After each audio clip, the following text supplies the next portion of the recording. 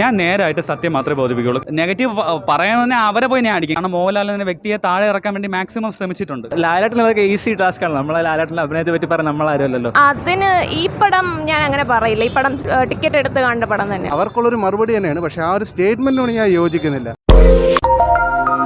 നല്ല പടമാണ്. ലാലേട്ടൻ്റെ കുറേ നാളിന് ശേഷമുള്ള നമ്മൾ തിയേറ്ററിൽ നിന്ന് കാണാൻ പറ്റുന്ന നല്ലൊരു മൂവിയായിരുന്നു. നല്ല മേക്കിംഗ് ആണ് ജിത്തുവിൻ്റെ. നല്ല സ്റ്റോറിയാണ്. അത് കൊണ്ടുവരുന്ന രീതിയെല്ലാം നല്ലതാണ്. നല്ല മ്യൂസിക് ആയിരുന്നു. ഇതിപ്പോൾ ലാലേട്ടൻ അതൊക്കെ ഈസി ടാസ്ക് ആണ്. നമ്മളെ ലാലേട്ടൻ്റെ അഭിനയത്തെ പറ്റി പറഞ്ഞാൽ നമ്മളാരുമല്ലോ. അപ്പോൾ പുള്ളിക്ക് ചിലപ്പോൾ ഇത് ഈസി ആയിരിക്കും. പുള്ളിക്ക് വരുന്ന സ്ക്രിപ്റ്റ് അങ്ങനെ ആയതുകൊണ്ടാണ്. അല്ലാതെ അഭിനയത്തിന് പുള്ളി നല്ല കുറച്ച് സീൻസ് ഉണ്ട്. പുള്ളിയുടെ എക്സ്പ്രഷനൊക്കെ വന്ന നല്ല സീൻസ് ഉണ്ട്. നല്ല മൂവിയാണ്. എല്ലാവരും കണ്ടിരിക്കേണ്ട പടമാണ്. പുള്ളിക്കാരൻ്റെ ആക്ടിങ്ങിനെ ക്വസ്റ്റ്യൻ ചെയ്യേണ്ട കാര്യമില്ലല്ലോ നമുക്ക്. പുള്ളിക്കാരൻ അന്നെങ്ങനെ ലൈക്ക് അതിനെ എനിക്കറിയില്ല എന്ത് പറയണമെന്ന്. പുള്ളിക്കാരൻ്റെ ആക്ടിങ്ങിനെ ക്വസ്റ്റ്യൻ ചെയ്യേണ്ട കാര്യം ഇല്ല. പക്ഷേ പുള്ളിക്കാരൻ്റെ ചോയ്സ് തവണ ബെറ്റർ ആയിരുന്നു. പടം കണ്ടിട്ട് എല്ലാവരും പൈസ കൊടുത്ത് നമുക്ക് കൊടുക്കുന്ന പൈസ വേർത്താണെന്ന് എനിക്ക് തോന്നുന്നു. അതിന് ഈ പടം ഞാൻ അങ്ങനെ പറയില്ല. ഈ പടം ടിക്കറ്റ് എടുത്ത് കണ്ട പടം തന്നെയാണ്. ഇത് വളരെ നല്ലൊരു സിനിമയാണ്. സംഭവിച്ചാൽ നമ്മൾ ഇത്തവണ ജിത്തു ജോസഫ് സത്യം തന്നെയാണ് പറഞ്ഞിരിക്കുന്നത്. വളരെ ട്വിസ്റ്റോ അങ്ങനത്തെ കാര്യങ്ങളൊന്നുമില്ല. ഒരു കോർട്ട് റൂമിൽ നടക്കുന്ന സെയിം സംഭവം തന്നെയാണ് ഇതിലും വന്നിരിക്കുന്നത്.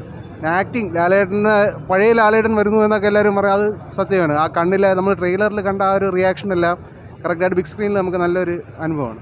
ഓരോ ക്യാരക്ടേഴ്സ് ആണെങ്കിലും നമുക്ക് ഇമോഷണലി അറ്റാച്ച് ആവുന്നുണ്ട്. അത് കാസ്റ്റിംഗ് കൊടുത്തിരിക്കുന്നത് അനശ്വര ആയാലും സിദ്ദിഖ് ആയാലും നമുക്ക് കറക്റ്റാണ്. അല്ലാതെ അയ്യേ ഇത് പോരാ അങ്ങനെ തോന്നുന്നൊരു ഇതില്ല. ഒരു പക്ക കോർട്ടിൽ നടക്കുന്ന ഒരു ജിത്തു ജോസഫ് പറഞ്ഞിട്ടുണ്ട് ഓൾറെഡി. ക്രൈം നടക്കുന്നു, ആ പ്രതിയെ കണ്ടുപിടിക്കുന്നു, പിന്നെ നമ്മളത് കോർട്ടിൽ ഇത് എന്താണ് പ്രൊസീജിയർ, എങ്ങനെ തെളിയിക്കുന്നു, അതാണ്. അത് ട്രൂ തന്നെയാണ്. അങ്ങനെയാണ്. വലിയ എക്സ്പെക്റ്റേഷൻ ഇല്ലാതെ വന്ന് കാണുക. ഫാമിലിക്ക് പറ്റിയൊരു സിനിമയാണ്. കോർട്ട് റൂമിൽ നടക്കുന്ന ഒരു കഥ, അത്രയാണ്. അവർക്കുള്ളൊരു മറുപടി തന്നെയാണ്. പക്ഷേ ആ ഒരു സ്റ്റേറ്റ്മെൻറ്റിനോട് ഞാൻ യോജിക്കുന്നില്ല.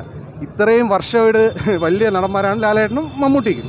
അപ്പോൾ ലാലേട്ടനൊന്നും ഇനിയൊന്നും തെളിയിക്കാനില്ല.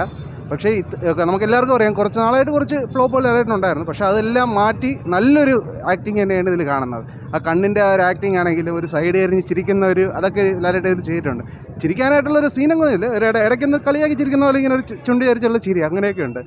ഞാൻ സാറ്റിസ്ഫൈഡ് ആണ്. പഴയ ലാലേട്ടനെ തിരിച്ചിട്ടതുപോലെ തന്നെയാണ് തോന്നുന്നത്. ഇനി അങ്ങോട്ടുള്ള സിനിമകളെന്ന് വെച്ചാൽ ഫുള്ള് ലാലേട്ടൻ്റെ തന്നെയാണ്. ഇനി വരാനിരിക്കുന്നതാണെങ്കിലും വാറോസ് ആണെങ്കിലും ഏതാണെങ്കിലും ഇനിയിപ്പോൾ ലാലേട്ടൻ ആകുമെന്നാണ് എനിക്കുള്ളൊരു പ്രതീക്ഷ തോന്നുന്നത്. ഞാൻ നേരായിട്ട് സത്യം മാത്രമേ ബോധിപ്പിക്കുള്ളൂ. കാരണം എനിക്ക് ഒരുപാട് ഇഷ്ടപ്പെട്ടു പടം. കാരണം 2013 ദൃശ്യത്തിന് ശേഷം ഇത്ര ഒരു വൈബ് ഫീൽ ചെയ്ത ഒരു മോഹൻലാൽ പടം വേറെ എനിക്ക് കിട്ടിയിട്ടില്ല. കാരണം ആ ഒരു വൈബിലാണ് ഞാൻ ഇപ്പം പടം കണ്ടിട്ട് ഇറങ്ങി വരുന്നത്. അണ്ണാക്കി എടുത്ത് കൊടുത്ത ഒരു പണി തന്നെയാണിത്. കാരണം എന്ന് പറഞ്ഞാൽ ഒരു രക്ഷയില്ല. കാരണം ഒടിയന് ശേഷം പുള്ളിക്കാരൻ അഭിനയിക്കാൻ അറിയത്തില്ല.